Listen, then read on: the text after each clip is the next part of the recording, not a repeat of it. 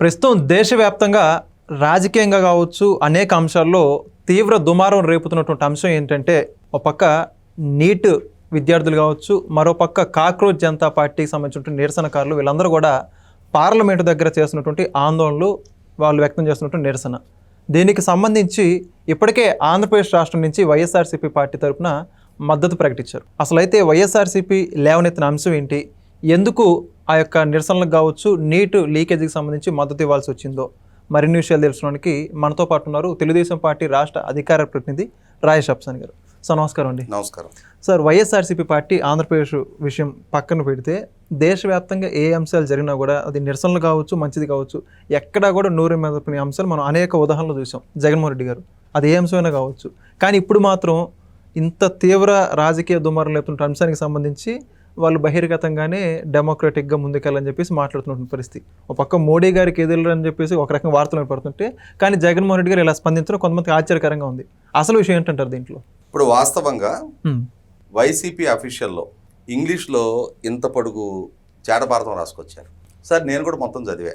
Okay.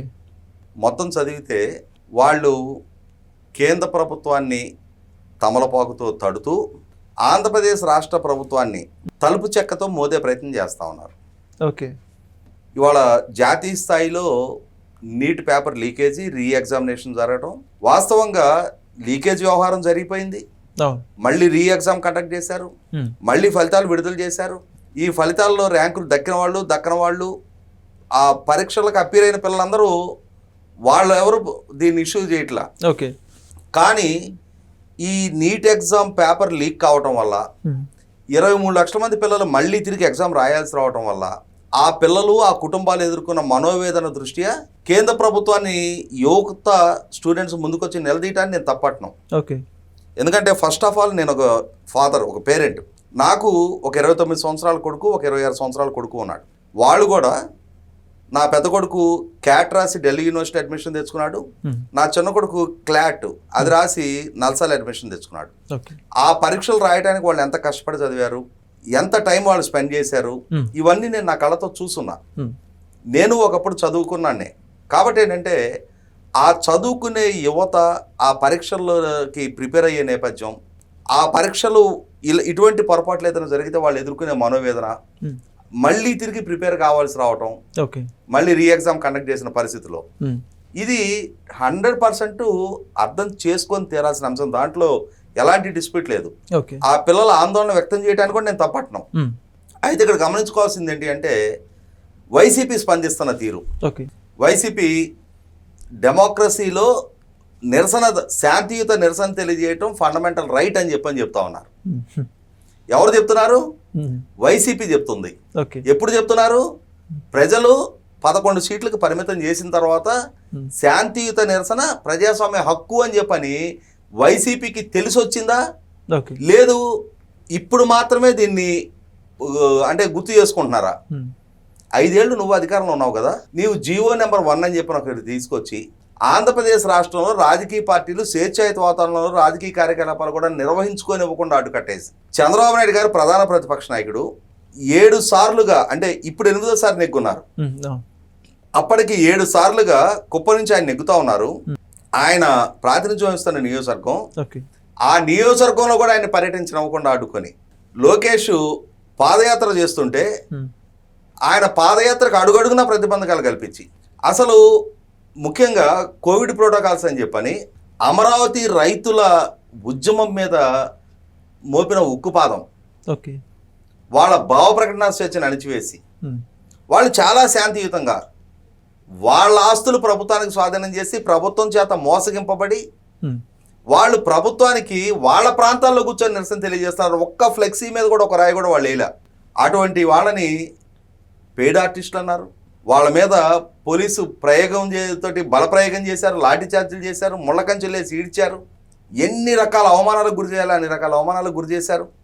వాళ్ళకి ప్రభుత్వ పరంగా ఇవ్వాల్సిన వార్షిక కౌలు కూడా సక్రమంగా సకాలంలో చెల్లించక వాళ్ళని ఆకలి బాధలకు గురి చేశారు. అన్నిటికన్నా ముఖ్యంగా యువత విద్యార్థుల గురించి మాట్లాడదాం. జగన్మోహన్ రెడ్డి 2019 ఎన్నికలకు ముందు యూనివర్సిటీలు, కాలేజీల చుట్టూ తిరిగి యువబేరి అని చెప్పని సదస్సులు ఏర్పాటు చేశాడు. 2,30,30,000 ప్రభుత్వ ఉద్యోగాలు ఖాళీగా ఉన్నాయి, నాకు అధికారం దక్కితే అవి మొత్తం భర్తీ చేస్తా, ప్రతి సంవత్సరం జాబ్ క్యాలెండర్ రిలీజ్ చేస్తా అన్నాడు. మెగా డిఎస్సి కండక్ట్ చేస్తా అన్నాడు. ప్రత్యేక హోదా తీసుకొస్తా, 13 జిల్లాలు 13 హైదరాబాద్కి అభివృద్ధి చేస్తా అన్నాడు. నమ్మారు యువత. ఒక నాయకుడు వల్ల మా భవిష్యత్తు తీర్చిదిద్దబడుతుంది అంటే నమ్ముతారు సహజంగానే. మరి అధికారం నీకు దక్కింది, మరి నువ్వు ఎప్పుడు జాబ్ క్యాలెండర్ రిలీజ్ చేస్తావని ఎదురు చూస్తున్నారు. 2,32,000 ప్రభుత్వ ఉద్యోగాలు ఖాళీ ఉన్నాయని చెప్పిన జగన్మోహన్ రెడ్డి 9,600 ఉద్యోగాలతో ఒక నోటిఫికేషన్ విడుదల చేశాడు. అయ్యా జాబ్ క్యాలెండర్ ఇస్తానన్నావు, ఈ జాబ్లెస్ క్యాలెండర్ ఏంటి? ఎక్కడ 2,30,000 ఉద్యోగాలు, 9,000 ఉద్యోగాలతో నోటిఫికేషన్ ఇవ్వడం ఏంటి అని చెప్పని రాష్ట్రంలోని అన్ని రాజకీయ పక్షాలకి సంబంధించిన యువజన విద్యార్థి విభాగాలు వాళ్ళకు నిరసన ప్రోగ్రాం పిలిపించారు. సీఎం మిల్లు ముట్టడి అని చెప్పని, ఇప్పుడు ఎలా అయితే పార్లమెంట్ ముట్టడి అన్నారో అప్పుడు సీఎం మిల్లు ముట్టడి అని చెప్పని ఒక ప్రోగ్రాం తీసుకున్నారు. ఎస్, సహజంగానే సీఎం మిల్లు ముట్టడి కానివ్వరు, పోలీసులు నిలవరిస్తారు, వాళ్ళని అదుపులోకి తీసుకుంటారు. అవసరమైతే ఆ క్రమంలో పెనుగులాట జరుగుతుంది, కొంత లాఠీ చార్జీ లాంటివి కూడా జరగటానికి ఆస్కారం ఉంది. ఈ ప్రక్రియ అంతా జరిగింది, దాన్ని ఎవరు తప్పటట్లా. ఎందుకంటే ఒక రాష్ట్ర ముఖ్యమంత్రి ఇల్లు ముట్టడిస్తానంటే ఎవరు ఓర్చుకోరు, భద్రతా పరంగా చూస్తూ ఊరుకోరు. వాళ్ళ నిరసనలో భాగంగా ఆ పిలిపిస్తారు, ప్రయత్నం చేస్తారు, కానీ ఆచరణపూర్వకంగా అది సాధ్యం కానివ్వరు. కానీ జగన్మోహన్ రెడ్డి ప్రభుత్వం ఏం చేసిందో తెలుసా? ఈ లాఠీ ప్రయోగాలు ఇవన్నీ అయిన తర్వాత వీళ్ళందరిని అరెస్ట్ చేసి కోర్టుకి తీసుకెళ్ళింది. జడ్జి గారు ఆ రిమాండ్ రిపోర్ట్ చూశాడు. రేప్ అటెంప్ట్ కేసులు పెట్టారు వాళ్ళ మీద. జడ్జి గారికి అర్థం కాల. వాళ్ళని అడిగాడు, ఎవరిని రేపు చేయబోయారు మీరు? మేము రేపు చేయడమే సార్, మేము జాబ్ క్యాలెండర్ ఇల్లు ముట్టడి ప్రోగ్రామ్కి వెళ్తే మమ్మల్ని అరెస్ట్ చేశారు. పోలీసులు అడిగాడు, ఎవరిని రేపు చేయబోయారా ఇలా అని చెప్పాను. సిగ్గుందా మీకు అని చెప్పని రిమాండ్ రిపోర్ట్ కొట్టేసి చేత వదలపోండి అన్నాడు పోలీసులు మొహాన్ కొట్టి. ఇది జగన్మోహన్ రెడ్డి ప్రభుత్వం చేసే నిర్వాకం.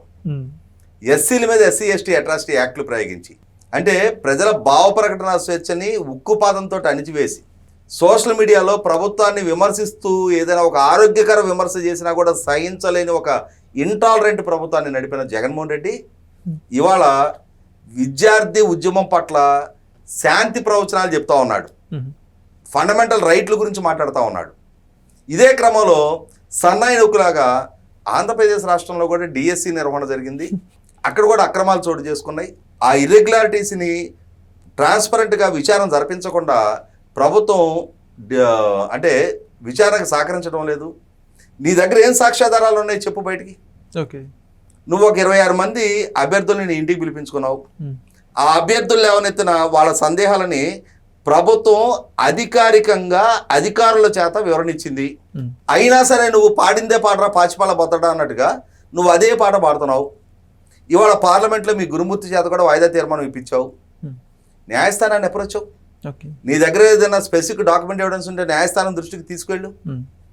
అంటే చేయాల్సిన ప్లాట్ఫామ్లో ప్రయత్నం చేయకుండా రాజకీయ విమర్శలకు కట్టుబడి ఇవాళ ఒక పక్క కేంద్ర ప్రభుత్వానికి సూక్తి ముక్తావాళ్ళు చెప్తా ఉన్నాడు, రెండో పక్క రాష్ట్ర ప్రభుత్వాన్ని విమర్శిస్తా ఉన్నాడు.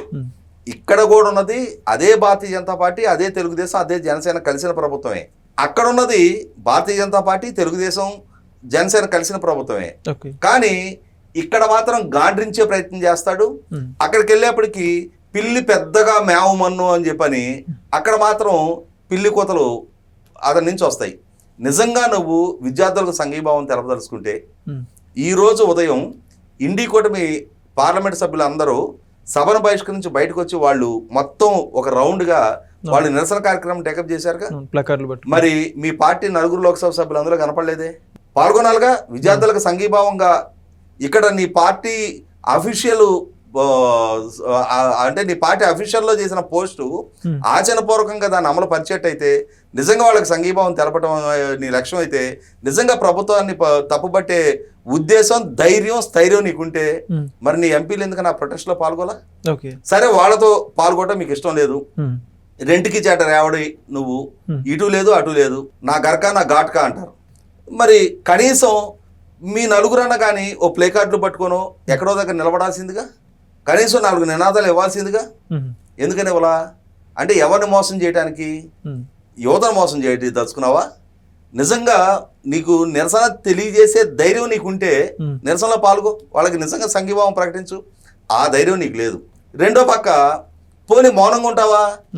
ఇటువంటి అంటే తెలుగుదేశాన్ని, చంద్రబాబు నాయుడు గారిని కూడా కలిపి విమర్శిస్తున్నా కదా అన్నట్టుగా, నేనేదో డిఎస్సి గురించి మాట్లాడుతున్నా అన్నట్టుగా ఇక్కడికి వచ్చేటప్పటికి ఈ రాతలు రాస్తున్నావు, డైరెక్ట్గా ప్రధానమంత్రి గారికి రాయలేక ఇప్పుడు అపాయింట్మెంట్ అడుగుతున్నావంట, వెళ్ళి ప్రధానమంత్రి గారికి చెప్పు. ఆ మిగిలిన పక్షాలు కోరుతున్నది సహేతుకమైన డిమాండే. విద్యార్థులను మీరు ఆ విధంగా ఎందుకు ఇబ్బంది పెడుతున్నారు, మేము కూడా వాళ్ళకి సంఘీభావం తెలుపుతున్నాం అని చెప్పని చెప్పే ధైర్యం నీకుంటే. మీ వాళ్ళు చెప్తుంటారు కదా పులి సింహం అని చెప్పని, నిజంగానే నువ్వు పులి సింహం అయితే ఆ ప్రయత్నం చేసి చూడు. Okay, thank you sir.